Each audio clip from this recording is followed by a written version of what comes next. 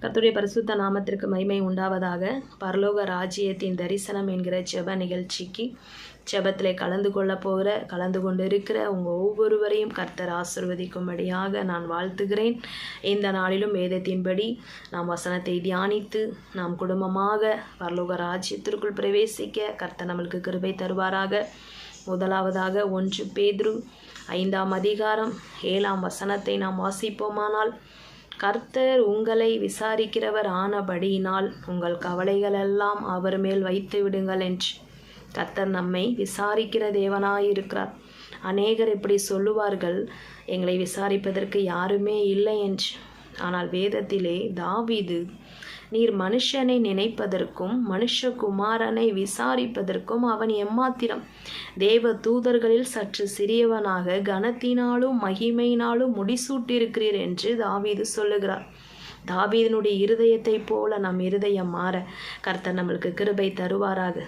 குடும்பமாய் நாம் அவரிடத்தில் ஒப்பு கொடுப்போம். பரலோக ராஜ்யத்திற்கு நாங்கள் தகுதி ஆகணும். அதற்கு தடையாக இருக்கிற இம்மைக்குரிய கவலைகள், இம்மைக்குரிய எல்லா ஆண்டவரை எதிர்பார்ப்பு எல்லாவற்றையும் நீங்கள் கனத்தினாலும் மகிமையினாலும் முடிசூட்டும்படியாக ஒரு நிமிஷம் நீங்கள் கற்பனை பண்ணி பாருங்கள். அந்த கனமும் அந்த மகிமையும் கர்த்தர் முடிசூட்டி பரலோக ராஜ்யத்தில் அவருடைய பாதத்தின் அருகே நாம் உட்கார்ந்து அவரை ஆராதிக்கும் போது எந்த அளவுக்கு மகிமையாக இருக்கும் பிரியமானவர்களே. அதை திருடும்படியாக தான் சத்ரு இந்த நாட்களிலே கவலையை கொடுத்து ஒடுக்கி கொண்டிருக்கிறான் கர்த்தருடைய பிள்ளைகள் வாழ்க்கையில். அதனால தான் ஆண்டவர் சொன்னார், கவலைப்படாதீர்கள், நீங்கள் ஒன்றுக்கும் கவலைப்படாமல் எல்லாவற்றையும் குறித்து ஸ்தோத்திரத்தோடு கூடிய ஜெபத்தினாலும் வேண்டுதலினாலும் தேவனுக்கு தெரியப்படுத்துங்கள். ஃபஸ்ட்டு கர்த்தர் நம்ம விசாரிக்கிறார், 2வது கனத்தினால் மகிமையினால் முடிசூட்டுகிறார்.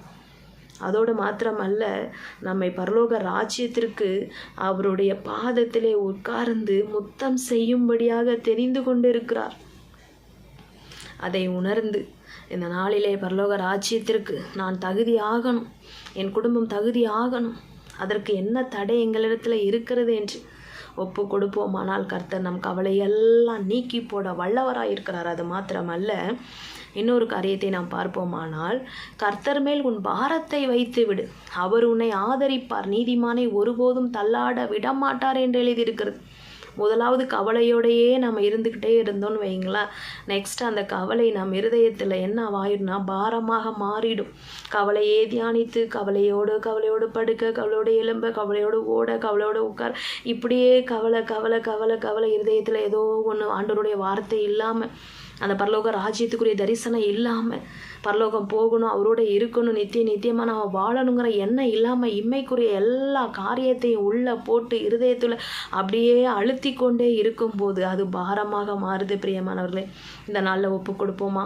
கர்த்தர் மேலே அந்த பாரத்தை இறக்கி வைக்க கர்த்தர் நம்மளுக்கு கிருபை தரும்படியாக அவரிடத்துல நீங்கள் இறக்கி வைக்க, கிருபை கேட்டு பெற்றுக்கொள்ள கர்த்தர் நம்மளுக்கு உதவி செய்வாராக.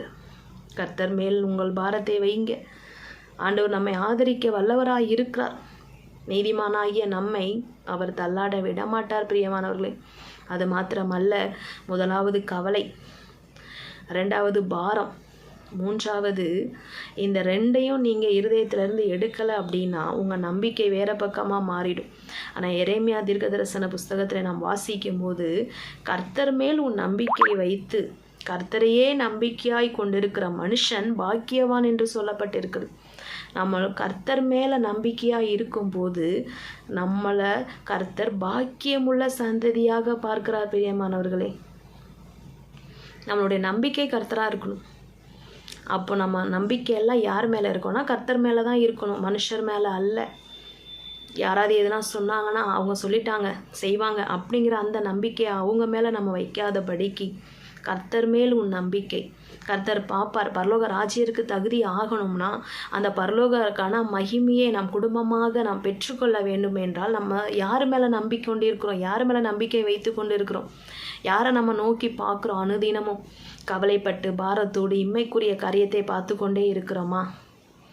இல்லை பரலோக ராஜ்யத்துக்கு நான் தகுதி ஆகணும், என் குடும்பம் தகுதி ஆகணும், நான் தகுதியாக இருக்கிறேனா, என் ரட்சிப்பு அந்த ரட்சிப்பிலே நான் நிலை நிற்கிறேனா, அந்த ரட்சிப்பை பெற்றுக்கொண்டு இருக்கிற அந்த ரட்சிப்பை நான் இழந்து விடாதபடிக்கு கர்த்தர் எனக்கு கிருபை தர வல்லவராய் இருக்கிறார் என்கிற முழு நிச்சயமாய் ஒவ்வொரு நாளும் நம்மளுக்கு வருகிற கவலை, நம்மளுக்கு வருகிற பாரம், நம்மளுக்கு வருகிற கண்ணீர், நம்மளுக்கு வருகிற வேதனை, இதன் மத்தியிலெல்லாம் நம்ம கடந்து போவதற்கு கர்த்தர் நம்மளுக்கு கிருபை தரும்படியாக பரலோக ராஜ்யத்திற்கு நாம் ஆயத்தமாக ஒவ்வொரு நாளும் அவர் சமூகத்தில் உங்கள் நம்பிக்கையை அவர் மேலே வைத்து அவரையே நம்பிக்கொண்டிருங்க. எல்லா நம்புவதற்கு ஏதுவில்லாத சூழ்நிலையிலும் ஆபிரகாம் நம்பினது போல நம்மளுக்கு முன்பாக எந்த சூழ்நிலையும் சாதகமாய் இல்லை என்றாலும் பரவாயில்லை, ஆனாலும் கண்மூடித்தனமாய் கர்த்தரை நம்புங்கள்.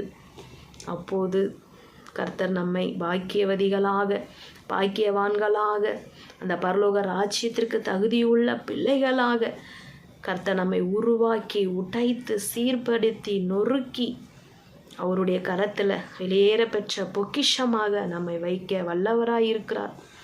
அவரை நோக்கி நம்ம பார்ப்போமா?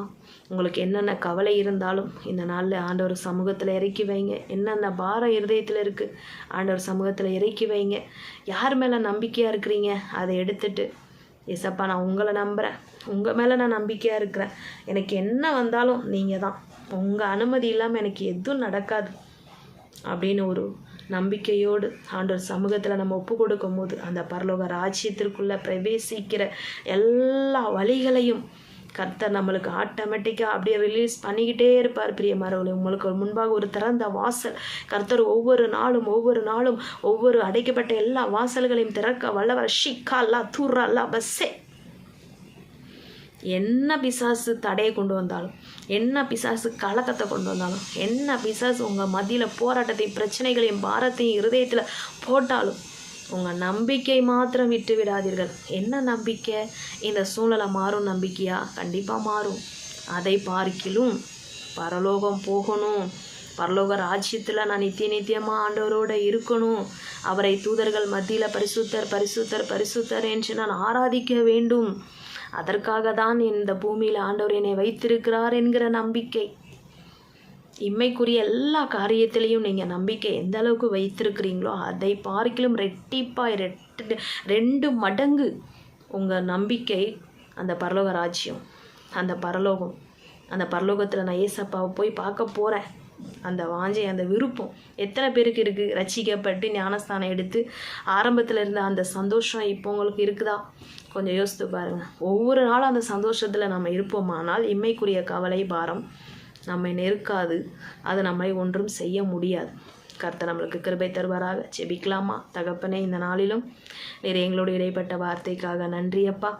யாரெல்லாம் கவலையோடு கண்ணீரோடு வேதனையோடு துக்கப்பட்டு ஆண்டவரே பாரப்பட்டு அப்பா தகப்பனை வழி தெரியாமல் இருக்கிறாங்களோ ஒவ்வொருவருக்காக வருகிறோம். இந்த நாளில் கர்த்தருடைய பிள்ளைகளுக்கு தான் அநேக நெருக்கங்கள், அநேக கவலைகள், அநேக பாரங்கள் பிசாசு கொண்டு வந்து கொண்டே இருக்கிறான் ஐயா. இந்த நாளிலே நம்பிக்கை நீராக இருப்பீராக. ஒவ்வொரு கர்த்தருடைய பிள்ளைகளுக்கும் விசேஷமாக பரலோக ராஜ்யத்திற்கு குடும்பமாக ஆயத்தமாக ஒவ்வொருவருக்கும் வேண்டிய கிருபை தருவீராக. பரத்திலிருந்து இப்போது ஒரு ஜெயம் உண்டாகட்டும் இயேசு கிறிஸ்துவின் நாமத்தினால்.